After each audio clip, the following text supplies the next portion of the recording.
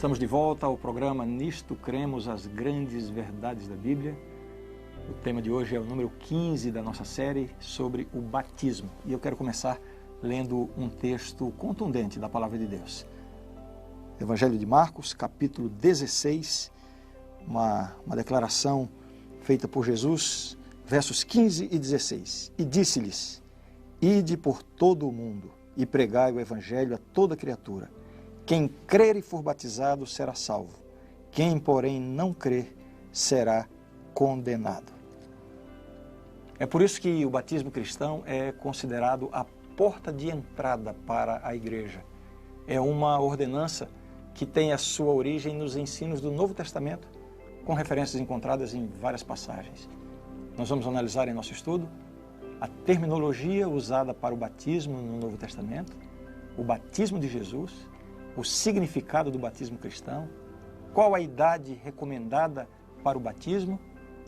Veremos ainda o batismo como rito de admissão à igreja e, finalmente, uma questão polêmica do rebatismo. Vamos então seguir atentos no estudo de hoje.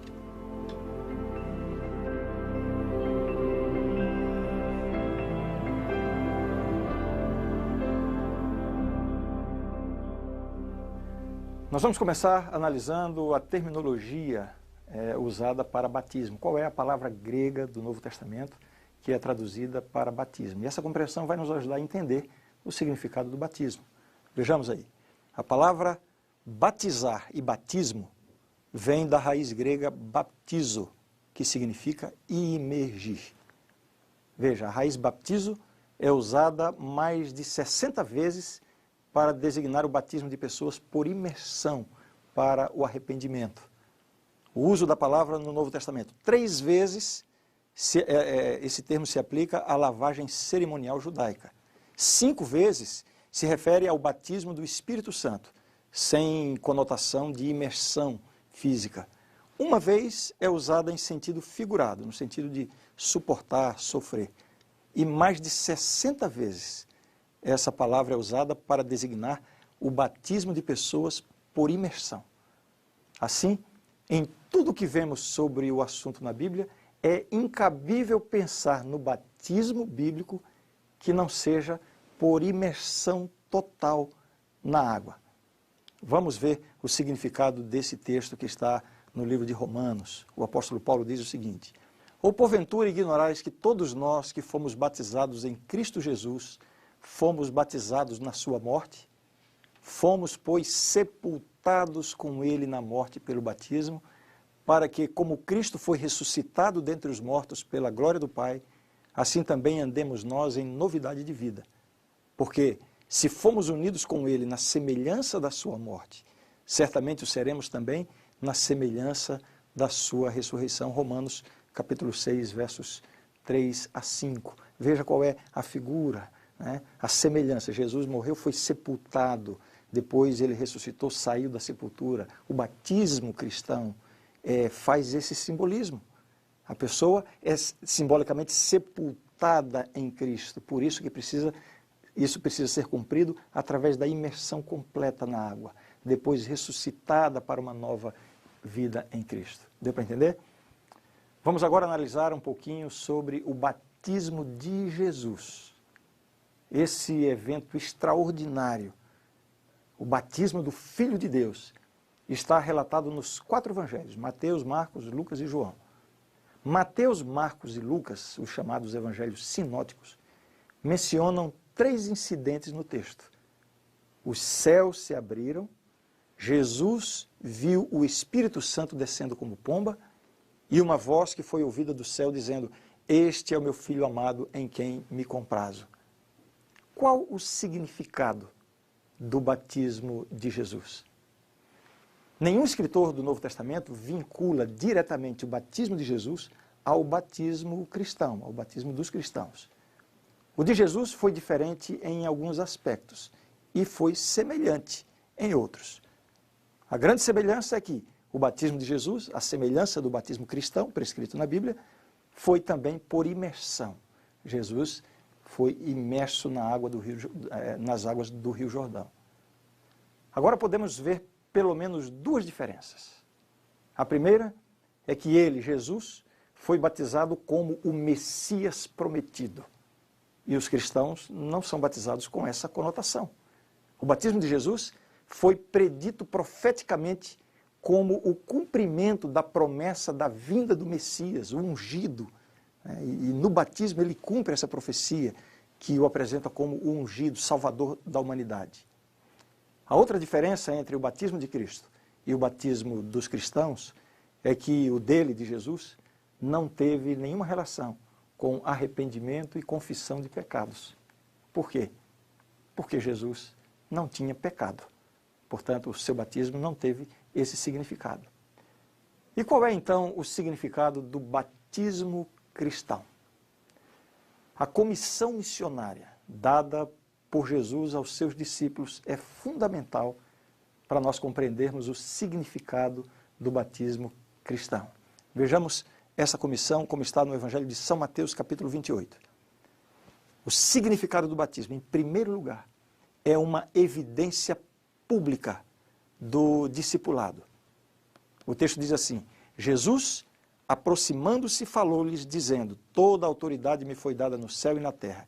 Ide, portanto, fazei discípulos de todas as nações, batizando-os em nome do Pai, do Filho e do Espírito Santo, ensinando-os a guardar todas as coisas que vos tenho ordenado, e eis que estou convosco todos os dias até a consumação dos séculos. Então vejam, eles seriam orientados na palavra e iam sendo batizados. Na medida que eles conheciam o Evangelho, assumindo um compromisso com o Evangelho, eles eram batizados publicamente. Por isso, em primeiro lugar, o primeiro significado do batismo é que ele é uma evidência pública do discipulado, da aceitação das verdades do Evangelho. E olha, a menos que a pessoa esteja de fato comprometida pelo poder de Deus, se afastar do mundo e estar em comunhão com Deus, essa pessoa não deveria ser batizada. Vejamos agora o segundo significado do batismo: prova de fé nos ensinos e na pessoa de Cristo. Vejam as palavras que eu li no comecinho do nosso estudo. Quem crer e for batizado será salvo. Quem, porém, não crer, será condenado. Então, o batismo é uma prova de fé, quem crê e for batizado. Fé nos ensinos e na pessoa de Cristo. Terceiro significado do batismo cristão: ele representa a purificação dos pecados. Vejam as palavras descritas em Atos 22:16.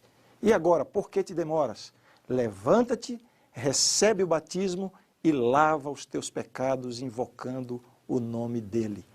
Então veja que o batismo representa essa purificação dos pecados.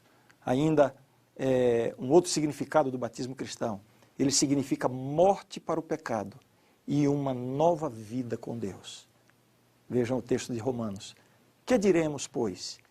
Permaneceremos no pecado para que seja a graça mais abundante? De modo nenhum. Como viveremos ainda no pecado, nós, os que para ele morremos? Ou porventura ignorais que todos nós que fomos batizados em Cristo Jesus, fomos batizados na sua morte? Fomos, pois, sepultados com ele na morte pelo batismo, para que, como Cristo foi ressuscitado dentre os mortos, pela glória do Pai, assim também andemos nós em novidade de vida. Então o batismo tem esse significado importantíssimo, né? A morte para o pecado e uma nova vida com Deus. O batismo não é uma experiência que deve vir como resultado simplesmente de uma emoção de momento. Não. Tem que haver uma transformação profunda, e essa transformação Deus oferece. Esses são os significados básicos do batismo por imersão, o batismo cristão no Novo Testamento. Agora uma pergunta importante que precisa ser respondida, porque diz respeito ao contexto religioso em que vivemos. Qual a idade certa para o batismo? Existe no cristianismo uma forte tradição de se batizar crianças recém-nascidas. O principal argumento bíblico em favor dessa prática são algumas declarações de Paulo e de Lucas. Vamos analisá-las. Vejam o que dizem esses textos. Aí estão 3 textos. Em resumo, apenas uma declaração de cada um deles. Lídia, depois de ser batizada, ela e toda a sua casa. Atos 16, 15. Atos 11, 14. Serás salvo, tu e toda a tua casa. 1 Coríntios 1, 16. Batizei também a casa de Estéfanas. O que significam esses textos? A ideia aqui, que alguns têm, é que nesses casos, quando se refere à casa, batizou a pessoa e toda a sua casa, essa expressão naturalmente inclui as crianças também. Então, alguns querem concluir que a Bíblia apoia o batismo de crianças. Mas num exame mais detido, mais atencioso, os argumentos a favor do batismo infantil, com base nesses textos, na verdade se fundamentam no silêncio. São expressões que foram usadas, mas nós não podemos concluir necessariamente que esses batismos estavam envolvendo também as crianças recém-nascidas nessas casas. Há um silêncio quanto a isso. Essas casas seriam provavelmente constituídas pelos empregados e possivelmente os filhos mais velhos. Falta uma base bíblica para a prática do batismo infantil, uma declaração clara, explícita. A expressão pode ser simplesmente uma expressão genérica. Havia naturalmente crianças de todas as idades na igreja primitiva. A igreja tinha um especial interesse pelas crianças, porque Jesus as havia considerado muito preciosas aos olhos de Deus. Mas o Novo Testamento jamais menciona o batismo de crianças recém-nascidas. O batismo infantil só começou a ser praticado em tempos pós-apostólicos, não havendo nenhuma evidência concreta de que isso tenha sido praticado antes do final do segundo século. Por que não podemos adotar a prática de batizar crianças recém-nascidas? Porque a Bíblia estabelece algumas condições prévias para que uma pessoa seja batizada. Vejamos algumas delas. Quando, porém, deram crédito a Filipe, que os evangelizava a respeito do reino de Deus e do nome de Jesus Cristo, iam sendo batizados, assim homens como mulheres. O próprio Simão abraçou a fé e, tendo sido batizado, acompanhava a Filipe de perto, observando extasiado os sinais e grandes milagres praticados. O que é que esse texto está dizendo? Vejam bem, quando, porém, deram crédito a Filipe, que os evangelizava, pessoas que já tinham idade suficiente para serem evangelizadas, para compreenderem a mensagem do Evangelho. O próprio Simão abraçou a fé, uma pessoa que já tinha idade suficiente para entender e abraçar a fé, e assim iam sendo batizadas.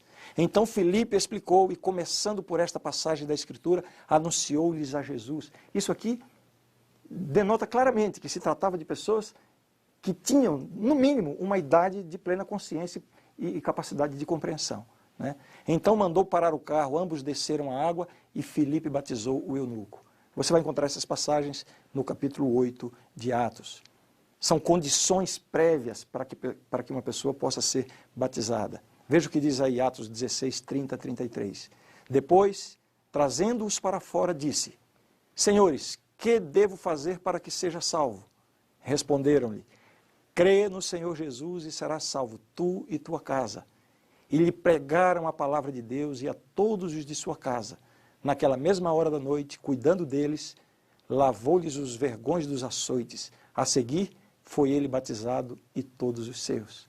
Mais uma vez aqui nós vemos que se trata de pessoas que tinham idade e compreensão, né, capacidade de compreensão da mensagem do Evangelho.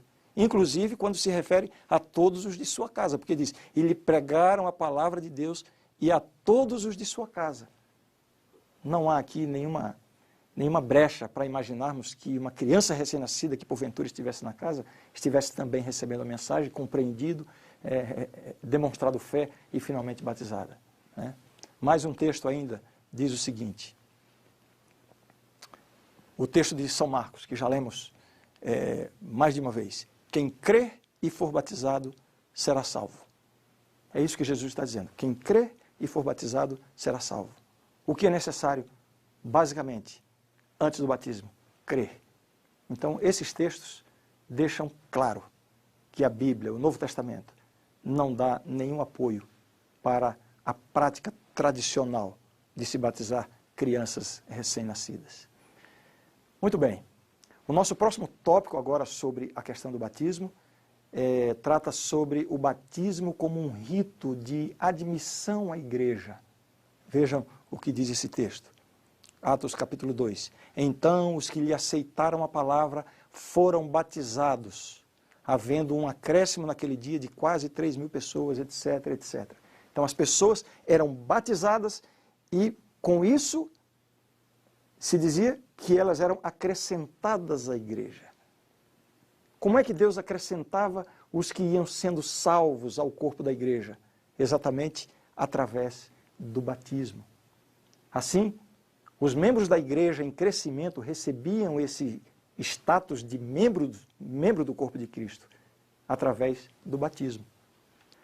Uma outra discussão bastante pertinente que precisa ser tratada aqui é a questão do rebatismo, ou seja, uma pessoa querer se batizar mais de uma vez.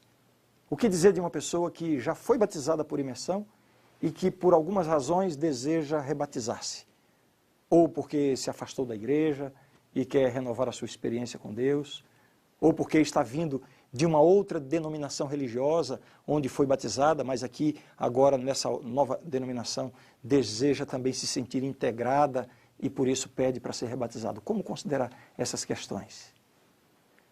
Bem, pouca coisa se pode dizer sobre esse tema porque o Novo Testamento tem apenas um texto, um único relato de rebatismo e não faz nenhuma inferência sobre ele, apenas trata-se de uma descrição de um caso em que ocorreu um rebatismo.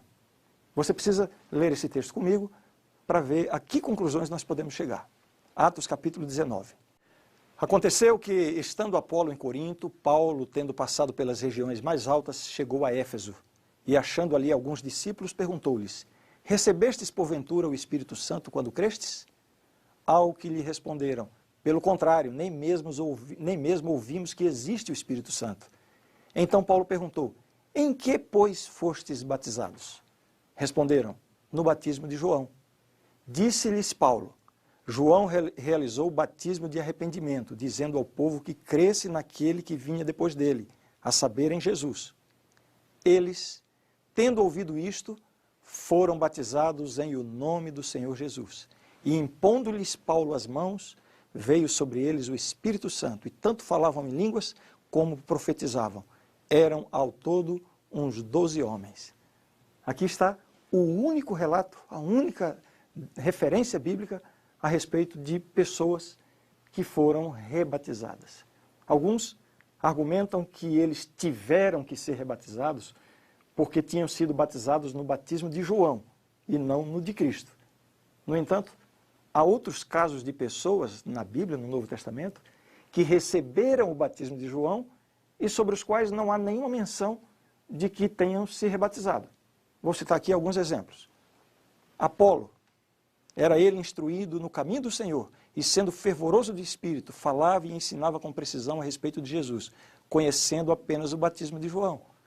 Apolo, um cristão completo, membro da igreja primitiva, recebeu o batismo de João. No entanto, a igreja não exigiu que ele fosse rebatizado.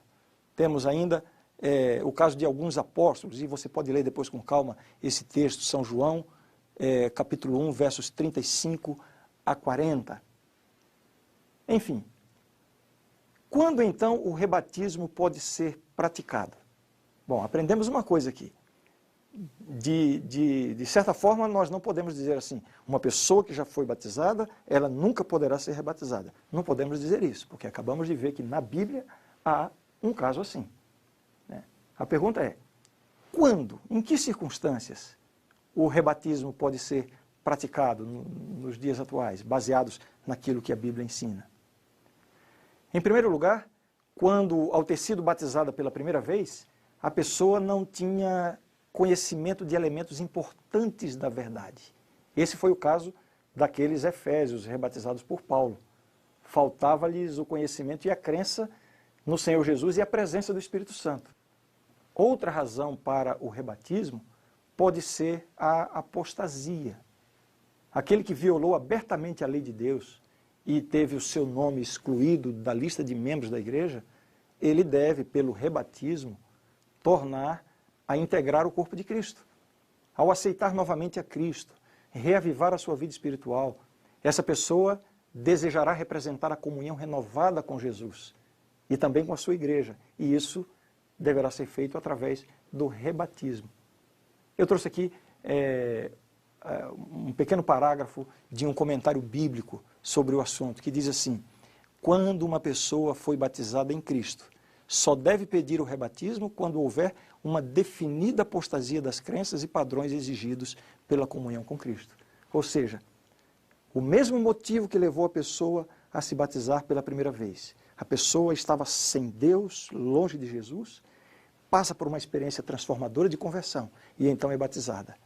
Por alguma razão, ao longo da vida, essa pessoa perde essa experiência com Cristo e volta para o mundo de pecado, se afasta totalmente de Deus. E em algum momento o Espírito Santo toca e essa pessoa passa novamente por aquela mesma experiência. Então precisa ser rebatizada, precisa ser batizada novamente. Por outro lado, esse é um assunto tão solene que não se deve abusar dessa questão do rebatismo. Como no caso da pessoa que apostata, solicita o rebatismo, depois apostata novamente, depois se rebatiza novamente, repetidas vezes. Sobre o tema do rebatismo por apostasia, a Escritura, na verdade, silencia. Portanto, devemos exercer muita cautela em relação a isso. Apenas uma rápida explicação. Existe uma passagem da Bíblia que é usada por algumas pessoas para defender a ideia de que nunca se deve praticar o rebatismo. Essa passagem é exatamente Efésios capítulo 4, verso 5, que diz assim: há um só Senhor, uma só fé e um só batismo. Mas é claro, um estudo um pouquinho mais aprofundado dessa passagem nos mostra que esse texto não está se referindo à quantidade, e sim ao tipo de batismo. Assim como há um só Senhor verdadeiro, Jesus Cristo. Apesar de muitas pessoas crerem que existem outros deuses pagãos, outros senhores. Da mesma forma como existe uma só fé verdadeira, mesmo havendo outras expressões de fé que não são apoiadas pela palavra de Deus. Da mesma forma, a Bíblia está dizendo que só há um batismo genuíno, autêntico, bíblico, mesmo havendo a prática de diversas outras formas de batismo. É nesse sentido que a passagem diz: há um só batismo. Pois bem, eu quero agora concluir fazendo duas afirmações importantes para a nossa compreensão sobre esse assunto do batismo na Bíblia. A primeira delas: o batismo é um rito simbólico. Não é o batismo em si que confere salvação ou qualquer mérito diante de Deus. Ele é um símbolo da morte para o pecado e do novo nascimento para uma nova vida com Deus. A água do batismo é H2O. Ela não tem nenhuma virtude em si mesma. É um rito simbólico. Finalmente, eu quero lhe dizer que a experiência de ser batizado como uma forma de declarar às pessoas a respeito do nosso compromisso com Deus e da nossa gratidão por tudo que Cristo fez por nós. Essa é uma experiência extraordinária. É uma experiência marcante e inesquecível. Eu queria convidar você para pensar seriamente sobre isso.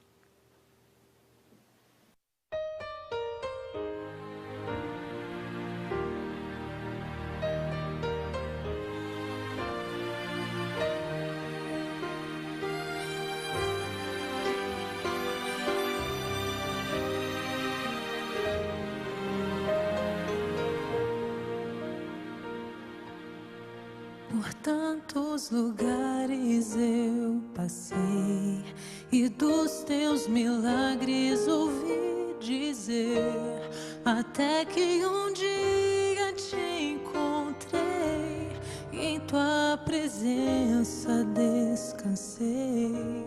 Meus sonhos queria alcançar, você me deu forças pra lutar. Enquanto as pessoas não acreditavam, você via o melhor que havia em mim. Entrego a ti a minha vida, Senhor. Em Entrego a ti tudo que sou. Como viver sem teu amor? Renova meu ser e faz de mim um vaso novo. Quebra e molda meu interior. Dá-me um novo coração. Sei que tens o melhor pra mim.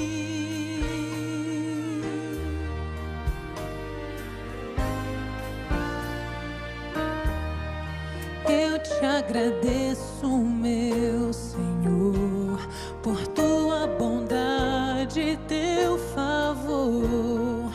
Ao entregar Jesus na cruz pra morrer em meu lugar, num mundo carente de amor, onde existe luta e dor, eu quero ser a tua voz, levando paz aos corações.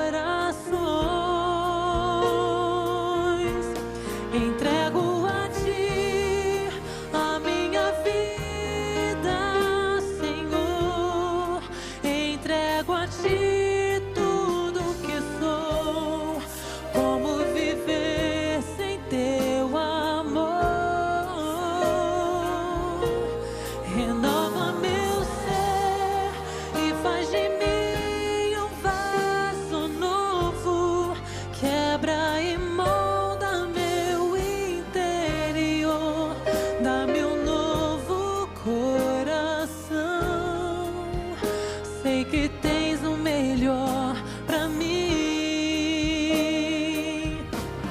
Entrego a ti a minha vida, Senhor. Entrego a ti tudo que sou. Como viver sem teu amor? Renova meu ser e faz de mim um vaso novo. Quebra e molda meu interior. Dá-me um novo coração. Sei que tens o melhor pra mim. Sei que tens o melhor pra mim.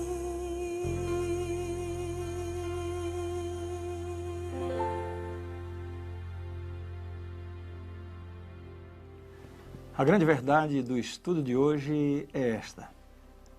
Pelo batismo, confessamos nossa fé na morte e na ressurreição de Jesus Cristo e atestamos nossa morte para o pecado e nosso propósito de andar em novidade de vida. Assim, reconhecemos a Cristo como Senhor e Salvador, tornamo-nos seu povo e somos aceitos como membros por sua igreja.